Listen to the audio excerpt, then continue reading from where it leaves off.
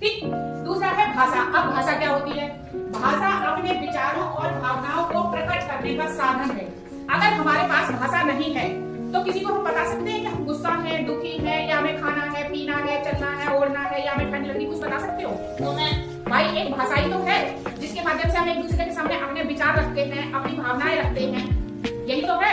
अगर किसी को भाषा नहीं आती होगी तो वो क्या करेगा? यही करता रहेगा ना, यही होगा ना। तो एक भाषा क्या है कि हमारे विचार, हमारी भावनाएं एक दूसरे तक पहुंचाने का माध्यम है, ठीक है, यानी तरीका है। तीसरा है व्याकरण। जब भी हम हिंदी हो या अंग्रेजी हो, खास तौर से किसी भाषा को जब भी हम पढ़ते हैं तो उसमें एक भाग व्याकरण का जरूर होता है, व्याकरण का एक भाग जरूर होता है।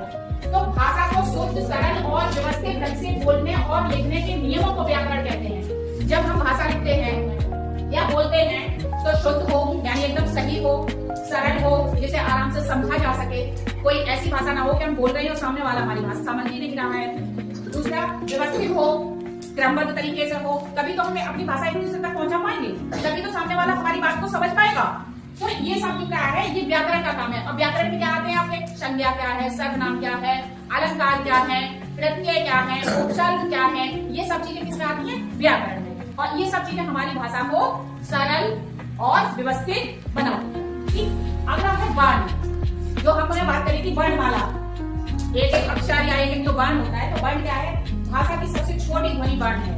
का, खा, गा, घा, रा, ये सारे क्या है? वर्ण ही तो है। और वर्णमाला क्या होती है? इस शब्दों के क्रमबद्ध समूह को, जो वर्ण होते हैं उनके क्रमबद्ध समूह को वर्णमाला कहते हैं। अगर हम का के बाद खा पढ़ते हैं, फिर गा पढ़ते हैं, तो उनका एक क्रम तो है। आ से लेकर गा तक का एक पूरा क्रम है कि किसके बाद कब हमें क्या बोलना है। अगर हम उनको इधर उधर लिख देंगे तो वो शब्द नहीं कहलाएंगे, वो सॉरी वर्ण नहीं कहलाएंगे, वर्णमाला नहीं होगी। क्योंकि वर्णमाला क्या है? एक निश्चित क्रमबद्ध समूह को कहते हैं, ठीक है, इसका वर्ण। अब है स्वर। हमारी जो वर्णमाला है उसमें दो भाग हैं, एक है स्वर और एक है व्यंजन।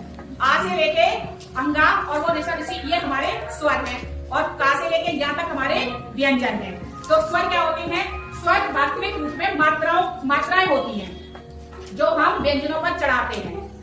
किसी शब्द को सार्थक बनाने में, उसका एक अर्थ हो, सही उसका भाव हो, इस स्थिति तक पहुंचाने के लिए हम स्वर का उपयोग करते हैं व्यंजन के साथ।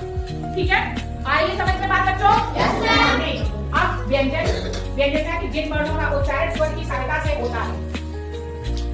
जब भी हम व्यंजन कोई भी लिखेंगे और उसका एक सही भाव बनाएंगे तो उसके साथ हमें स्वर लगाना बहुत जरूरी है। स्वर तो बिना व्यंजन के एक बार को चल सकता है, लेकिन व्यंजन बिना स्वर के नहीं चल सकता। देखो, जिन वर्णों का उच्चारण बिना